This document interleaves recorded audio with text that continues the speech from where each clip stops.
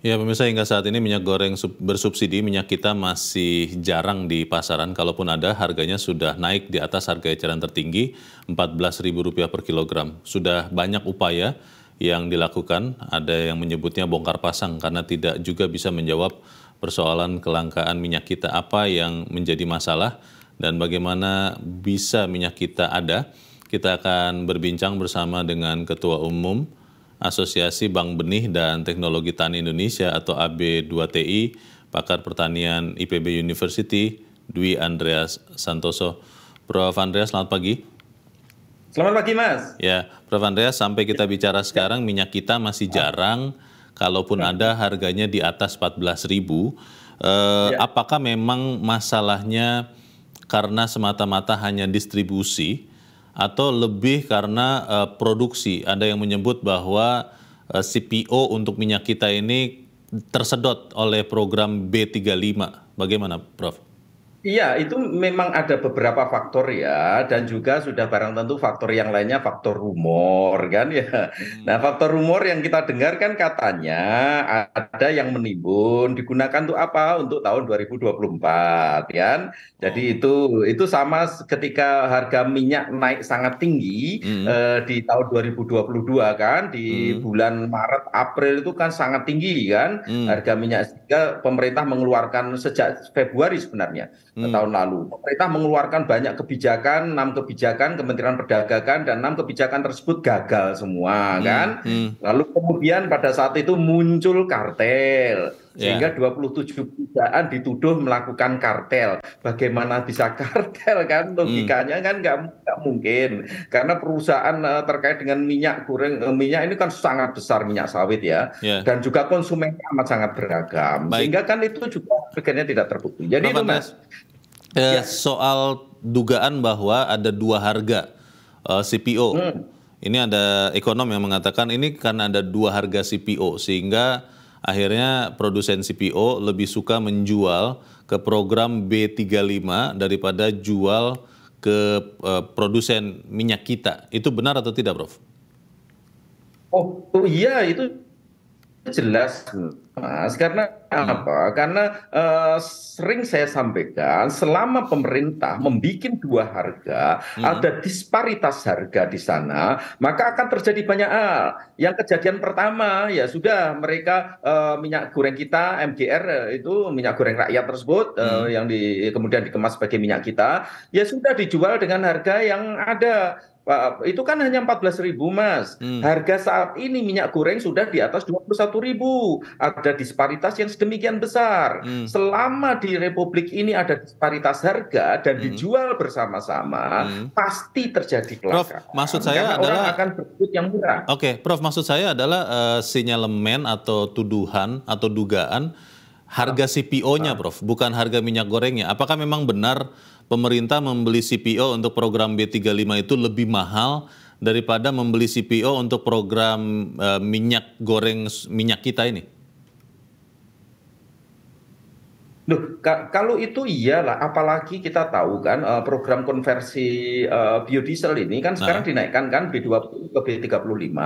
Dengan dinaikkan B20 ke B35, kita lihat juga DMO-nya kan turun ya. DMO di November itu 100,94%, Desember 86,31, lalu kemudian di Januari 71,81.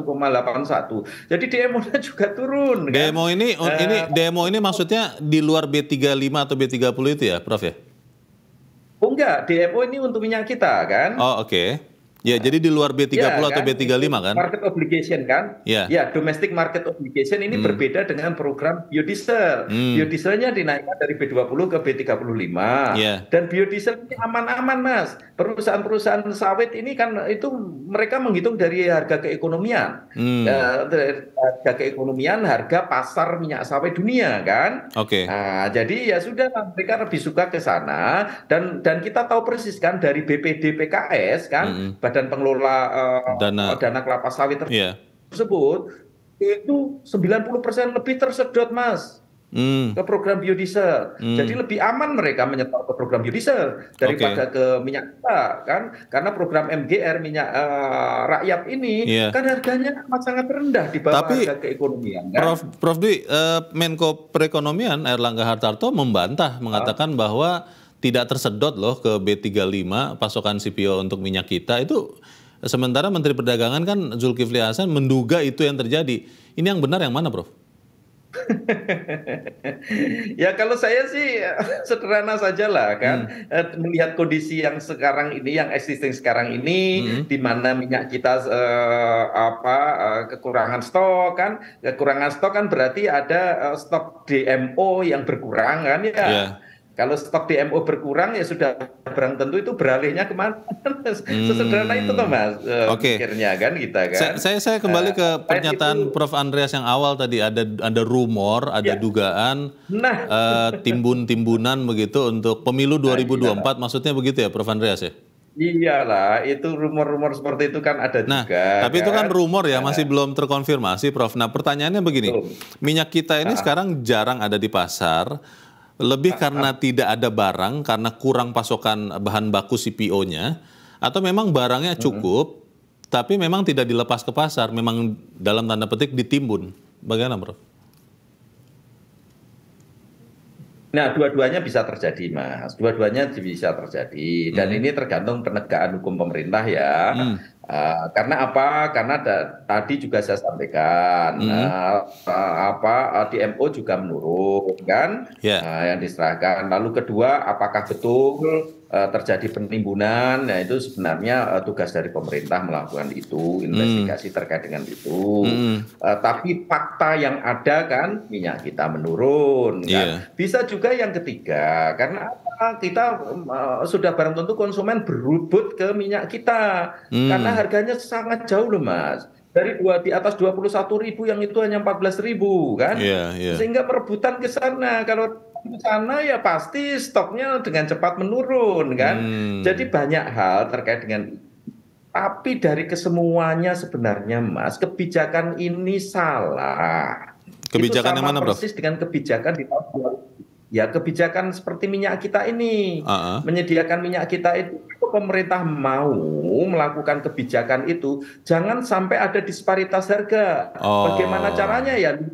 Masa lalu kan, jadi seluruh minyak domestik ini diborong saja oleh pemerintah kan, lalu sehingga yang nanti minyak yang dilepas ke pasar itu sesuai dengan harga pemerintah. Jadi yang menanggung selisih harganya pemerintah begitu, Prof?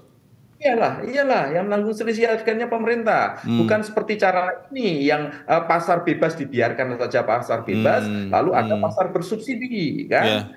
Atau ya sudahlah, kan Indonesia kan juga menikmati ekspor yang sangat besar. Bahkan pada tahun 2022 nilai ekspor kita akan meningkat.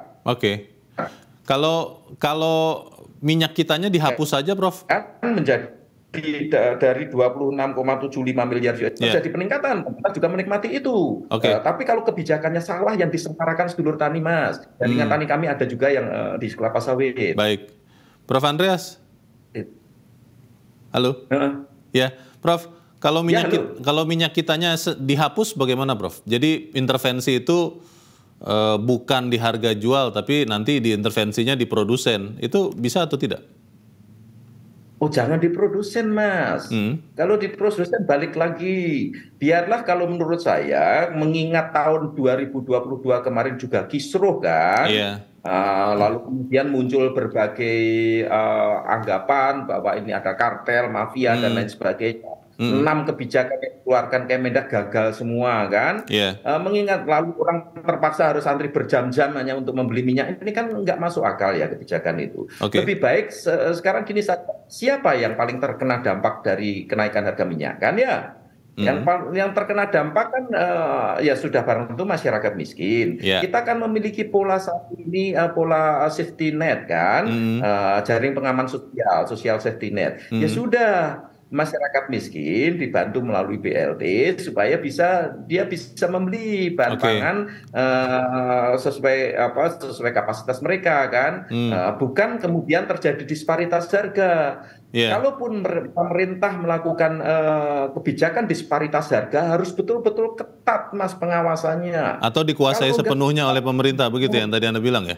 Ya, Prof. loh, itu yang ketiga. Hmm. Ketiga itu bisa dilakukan kalau pemerintah mau, Hmm.